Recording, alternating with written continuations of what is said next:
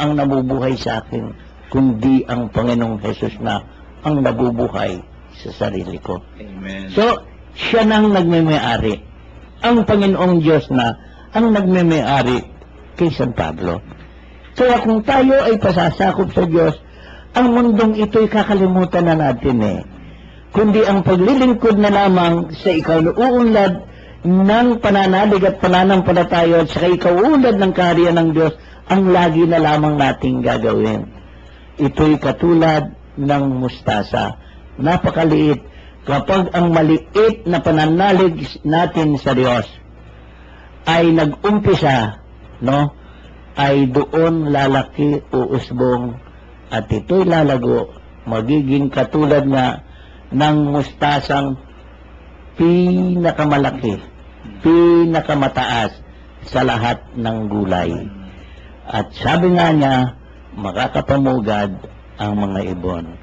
Kung gayon sa ating ding buhay, maraming makapagpapahinga sa atin at magdudulot tayo ng peace of mind sa mga taong may problema, lalo tigit sa nakakayanan natin. So, yun po, Kuya Bert, ang pinaka-nice ibigay na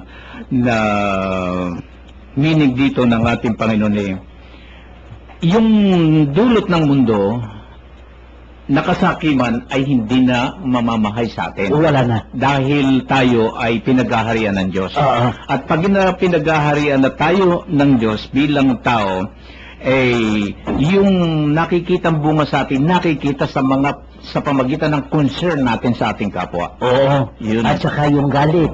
Galit. Yung inggit. Yung masamang iniisip sa kapwa, wala na yun, Kuya. Mawawala lang lahat na yun kapag ang paghahari ng Diyos ay nagsimula na sa iyo. Kaya nga sinasabi pala dun sa gano'n man kalita ngayong pananalig, sabihin mo sa bundok na ito na iyong mapapalipat mo ang bundok na ito dahil meron kang pananalig sa Diyos. Ibig sabihin nun, magagawa mo ang lahat ng kalooban ng Diyos kapag merong pananalig sa Kanya. Oo, katulad ng binanggit mo, Kuya Men, kasi yung butil na maliit, yung kasing butil na yun ay buo. Hindi siya sabog. Hindi siya hiwa-hiwalay. Kaya kung ang pananalig natin ay kasing laki ng butil ng mustasang sinasabi ng Panginoon, buo yun So kung buo ang ating pananalig, hindi siya sumasabog, hindi siya umihiwalay, o hindi nagkakaroon tayo ng pag-aalinlangan dahil buo ang pananalig natin, kahit maliit lang ito, magagawa natin ang lahat ng ibig natin. Yun ang ibig sabihin ng Panginoon. Amen. Na magkaroon tayo ng buong paniniwala, pananalig sa Diyos sa lahat ng ating mga ginagawa. Kapag natanim na ito sa ating puso, sa ating isipan, sa ating buong pagkatao, itong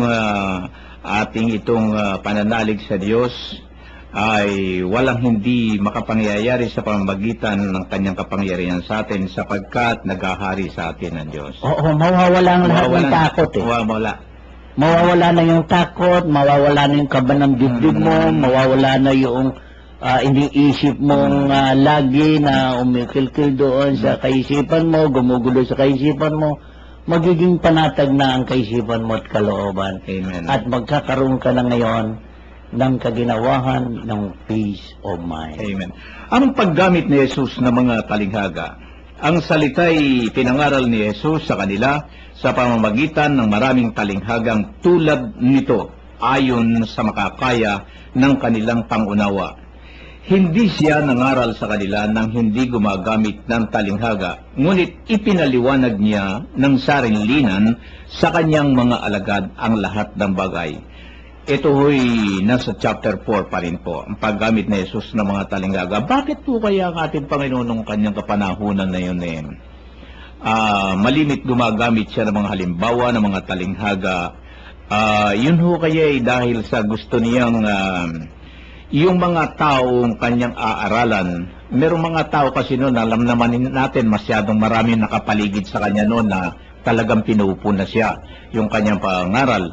At katunayan pinagbibintangan siya na yung mga kaharian nung una gusto niyang pabagsakin. Yan ang nasa sa isip ng mga tao noon. Kaya gumagamit siya ng talinghaga upang maunawaan ng mga tao yung ibig niyang ng kalauban ng Diyos. Bakit to kaya gumagamit siya ng mga talinghaga nung Kuya Bert? Alam mo, Kuya Min, kung titingnan mo, kahit na sa kapanahonan natin ngayon, kapag tayo nagsasalita at nagbibigay ng paliwanag at hindi masyadong maunawaan, meron tayong nire-repair. Katulad nito, katulad niyan, katulad din ng Panginoon yan.